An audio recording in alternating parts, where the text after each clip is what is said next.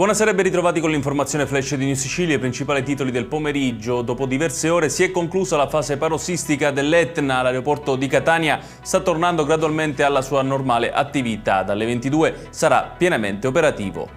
Tragedia a Marina di Priolo nel Siracusano, dove un 77enne ha perso la vita nel tentativo di salvare 3 donne in mare che chiedevano aiuto.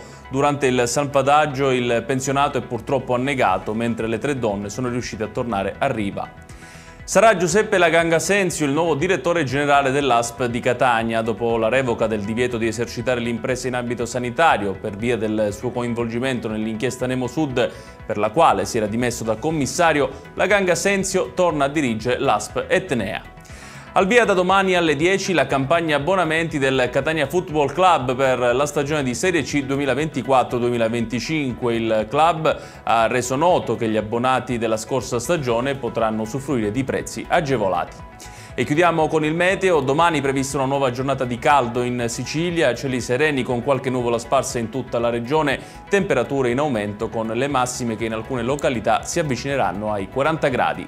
Ed è tutto per questa edizione, tutti i dettagli su queste notizie li trovate come sempre sul nostro sito www.newsicilia.it. Grazie per averci seguito e arrivederci.